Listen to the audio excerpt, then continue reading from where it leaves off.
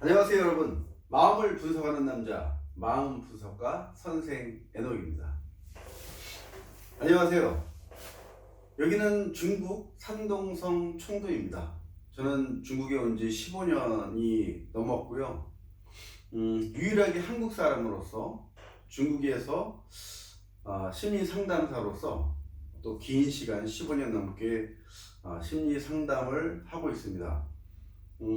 다른 한국 분들은 한 3년, 5년 이렇게 하시는 분도 계시지만 저처럼 이렇게 15년 하시는 분들은 제가 많이 다녀봤지만 제가 아직 뵙지를 못하고 있습니다.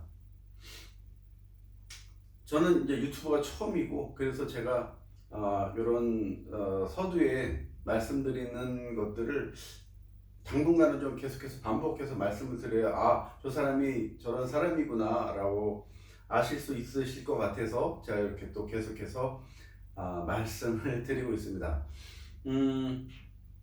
제가 이제 여러분들과 하나씩 이야기를 할 건데 이제 심리 상담에 대해서, 그리고 또 이제 제가 중국에서 심리 상담을 하면서 여러 가지 일들 여러분들과 함께 말씀을 나누려고 하는데요. 오늘은 그 첫 번째로 심리 상담입니다. 심리 상담. 심리 상담에는 이제 상담사와 내담자가 있죠.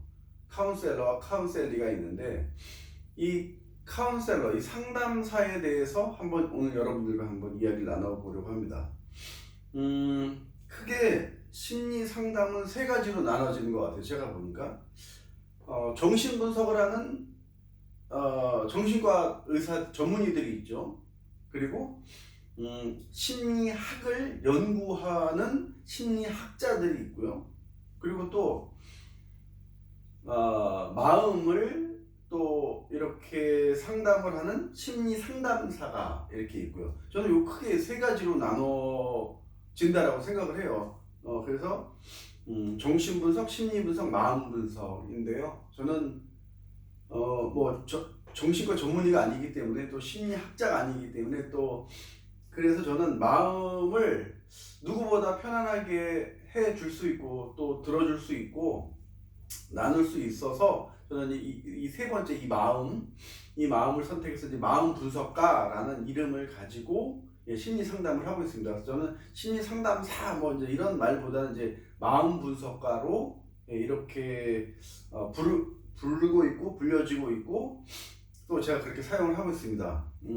마음 분석가라는 직업은 없는 것 같아요.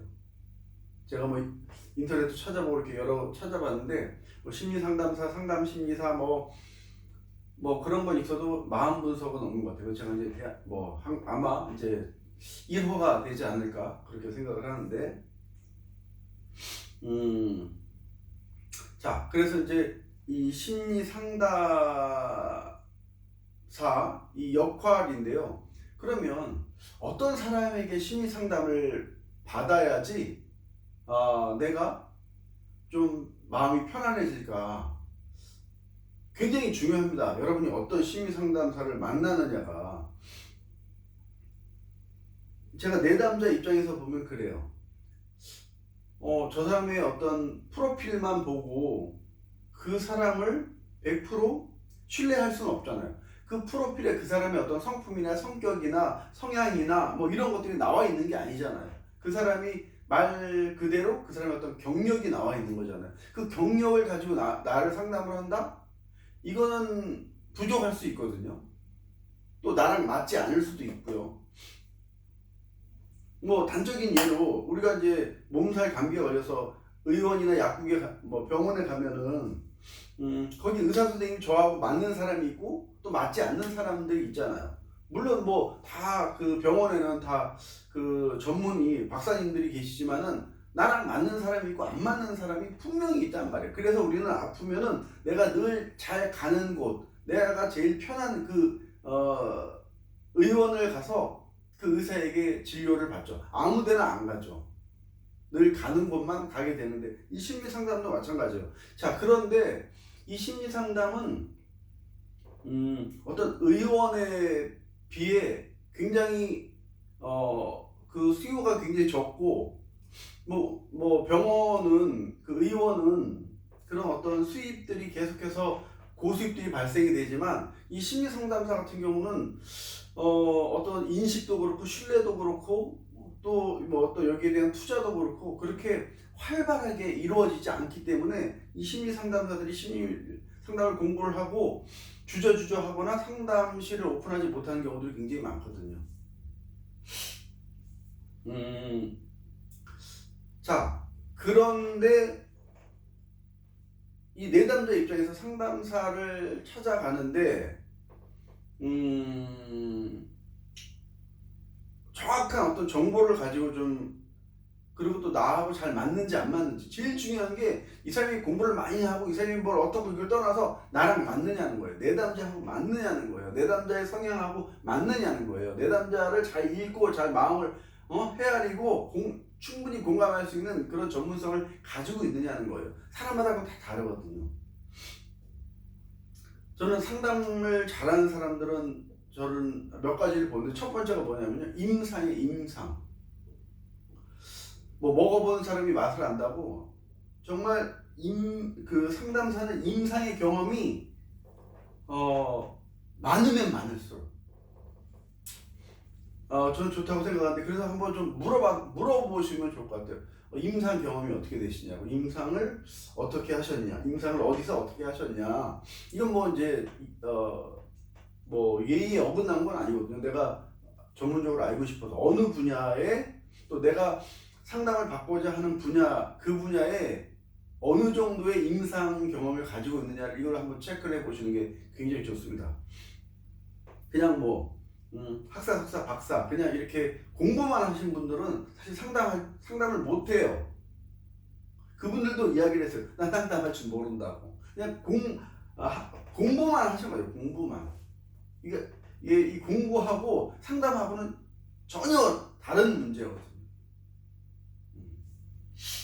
그래서 그 미국에 보면은 정말 초등학교밖에 졸업을 못 하신 분들이 아주 훌륭한 상담사로 활동을 많이 하시는 분들도 굉장히 많이 계시고요. 이거는 이제 어떤 학력하고는 전혀 상관이 없다라는 거. 다시 한번 좀 강조해서 말씀을 좀 드리고 싶습니다. 그래서 임상 경험이 얼마나 많은지, 그리고 이제 임상 경험은 우리가 뭐 믿고 시작할 수밖에 없잖아요. 그렇죠? 근데 상담을 하다 보면은 우리가 저 사람이 상담을 잘하는지 못하는지 내담자가 딱 느낄 수 있는 게 뭐냐면요. 그 사람이 내담자를 향한 질문이에요. 질문을 적절한 질문을 많이 해서 그 사람이 가지고 쌓이는 어떤 아픔이라든가 상처라든가 이런 것들을 다 허물어뜨리고 밖으로 끄집어내는 그런 것들이 바로 질문이거든요. 근데 상담을 잘 못하는 사람들은 질문을 몇 가지 안 하고 그냥 자기 경험을 막 얘기를 하거나 또 뭐 자기의 견해를 막 얘기를 하는 경우가 있어요. 그럼 굉장히 답답하죠. 이걸 다 쓸어내야 되는데 쓸어내지 못하니까. 그래서 질문을 잘 해야 되는 거죠. 그래서 임상 경험이 많은지 아니면은 질문을 잘 하는지 못하는지 이거를 우리 내담자들은 좀 체크를 할 필요가 있고 우리 상담사들은 이거를 기본적으로 연마해서 가지고 계셔야겠죠. 자, 그리고 저는 이제 상담실에 대해서 좀 말씀을 좀 드리고 싶은데요. 보통 이렇게 상담실에 가면 이제 의자가 있고 이제 선생님 여기 앉아 계시고 이제 여기 우리 이제 뭐 상담을 받으러 오는 사람이 이렇게 있고 왠지 불편한 것 같아요. 뭐 내가 잘못해서 뭐를 이렇게 조서를 끊으러 온 것도 아니고 굉장히 이 상담실 분위기가 뭐 나름대로 굉장히 많이 바뀌고 좋아지긴 했는데 아직까지 제가 봤을 때 굉장히 먼 것 같아요. 자, 저는 상담은 그 자체가 힐링이 되어야 된다고 생각을 해요. 힐링. 그래서 저는 어느 정도의 그 상담실을 지금 이제 구현해내고 있냐 하면은 뭐 저도 이제 지금 좀 둘러보시면 나중에 제가 좀 보여드릴 텐데 여러분들 만약에 그 어디 여행을 가서 5성급 호텔, 뭐 7성급도 있죠. 뭐 그런 호텔의 문을 딱 열었을 때 와 하는 그 스위트홈이라든가 뭐 스위트룸 같은 경우 다 보면 그냥 와 이런 느낌이잖아요. 저는 상담실도 그렇게 꾸며야 된다라고 생각을 해요. 내담자가 문을 열었을 때 와 편안하다 이 느낌. 여러분 그 커피 한 잔을 마시러 커피 전문점에 가도 야 여기 인테리어 굉장히 예쁘다 이거에 벌써 힐링을 하는 거거든요.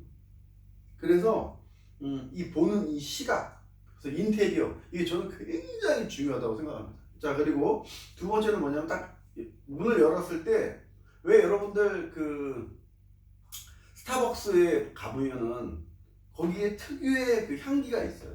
특유의 향. 그리고 뭐 5성급 호텔, 큰 호텔 이런 데 가보면요. 그 호텔만의 그 특이한 향들이 있어요.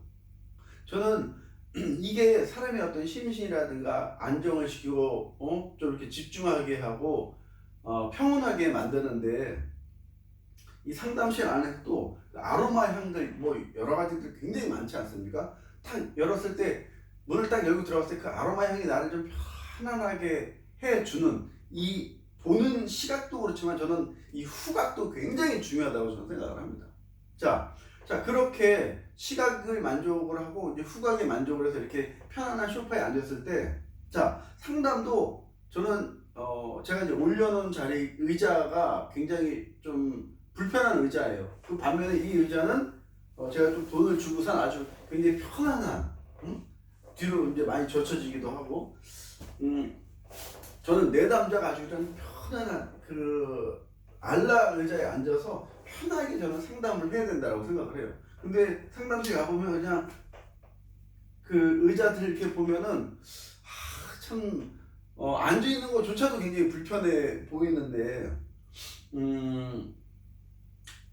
좀 가장 편안한 자세에서 내 속에 깊은 말들이 저는 나온다라고 생각을 하거든요. 그래서 앉는 의자도 굉장히 편안해야 된다 라고 좀 말씀드리고 반면에 이 상담사는요 그냥 뭐 그 작은 의자에 이렇게 앉으셔도 돼요.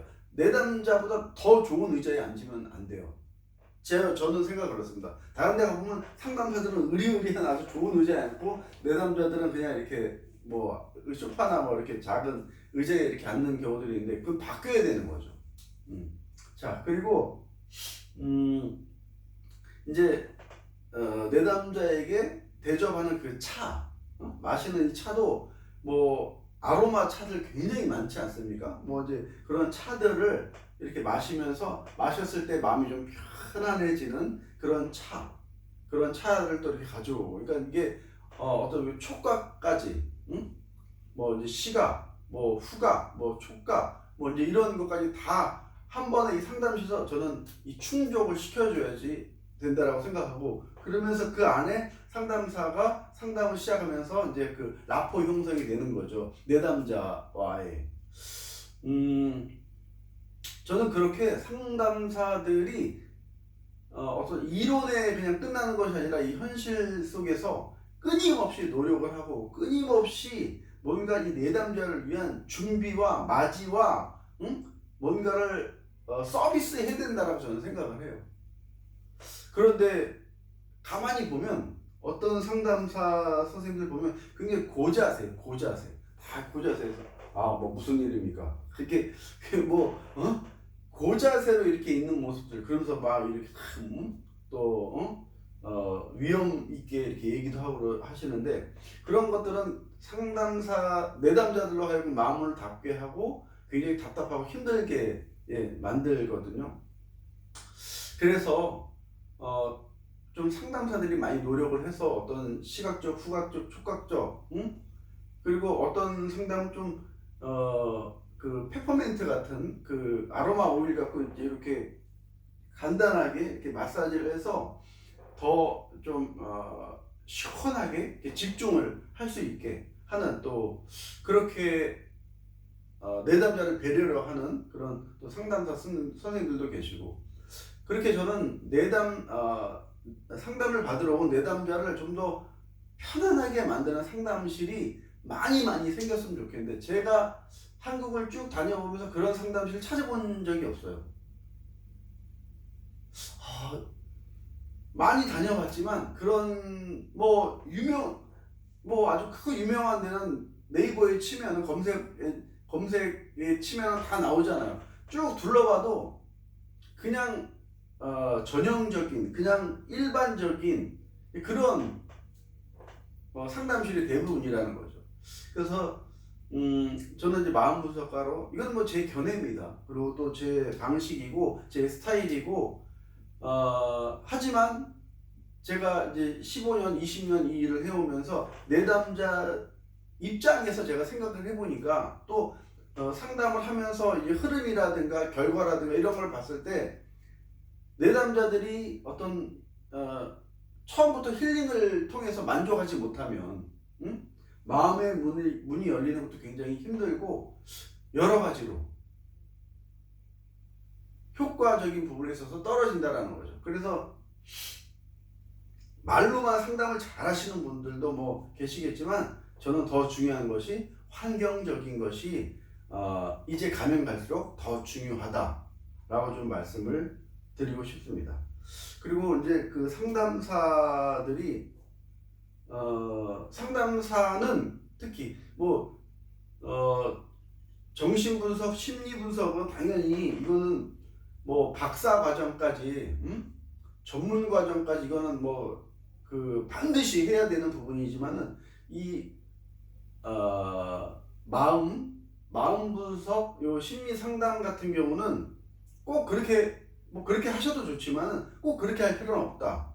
전문 기관에서 제가 이제 그 공부를 하고 또 거기에 필요한 또 그 수반되는 교육들을 계속해서 저희가 하면서 중요한 거는 이 임상, 이 실기들을 끊임없이 할 수 있어야 된다는 거예요. 근데 어떤 상담사 선생님들 이렇게 보니까 계속 공부만 하시는 공부만.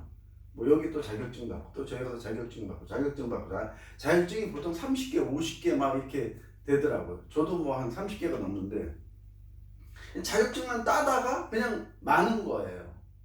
직접 상담을 못하고 또 상담하면 너무 이론적인 걸로 또 상담을 하다 보니까 또 상담도 잘 안 되고.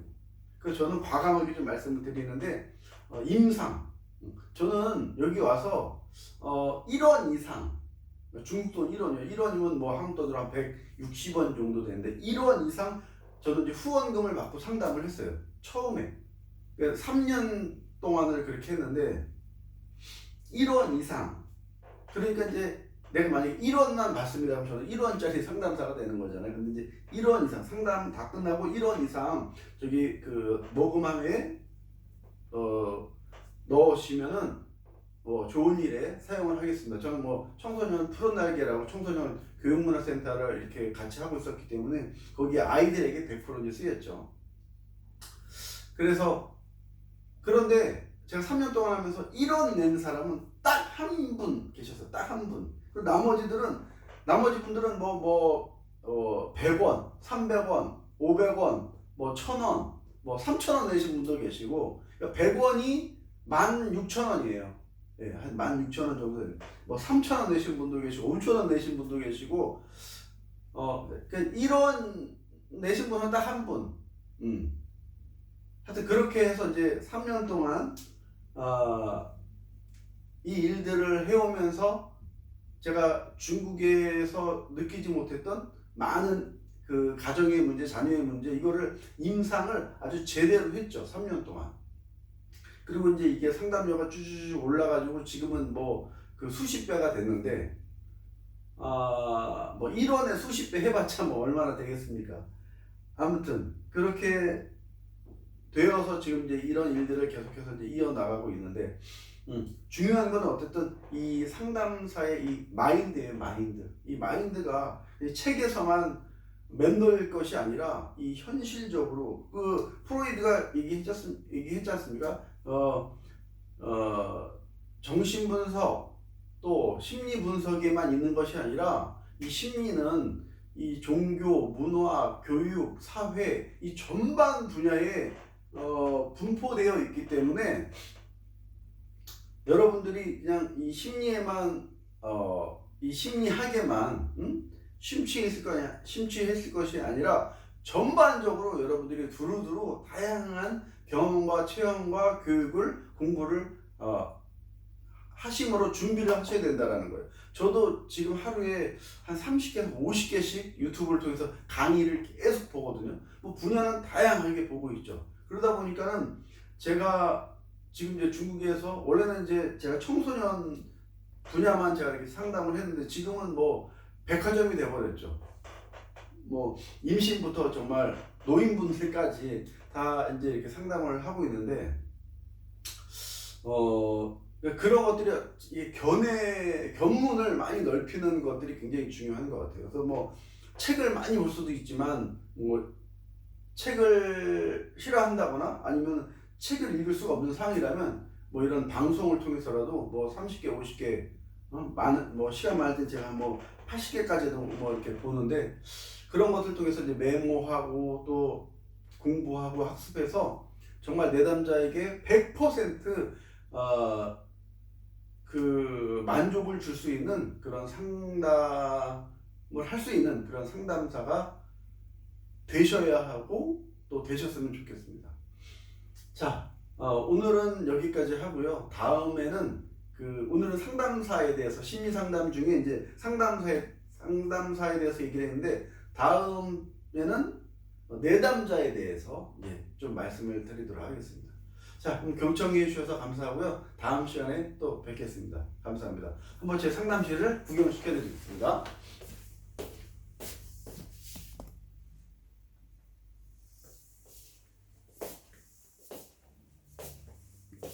자, 요거는 제 딸이 여기 쭝추제라고 써있죠. 추석, 추석 때, 그 학교에서 만든 거예요. 선물로 이렇게 가져와서 제가 이렇게 사용을 하고 있고요. 그다음 이제 시계도 약간 좀 독특하죠? 이렇게. 그래서 여기는 이제 내담자가 앉는 소파고요. 이쪽도 내담자가 앉는 소파. 저는 이제 저쪽 시커먼 이쪽에 앉아서 상담을 하고 있습니다. 이렇게 이제 테이블이 이렇게 있고 등도 조명도 굉장히 중요하거든요. 그래서 조명에 신경을 많이 썼습니다. 조명에. 그래서 이제 불을 끄면은 이제 이렇게 되죠.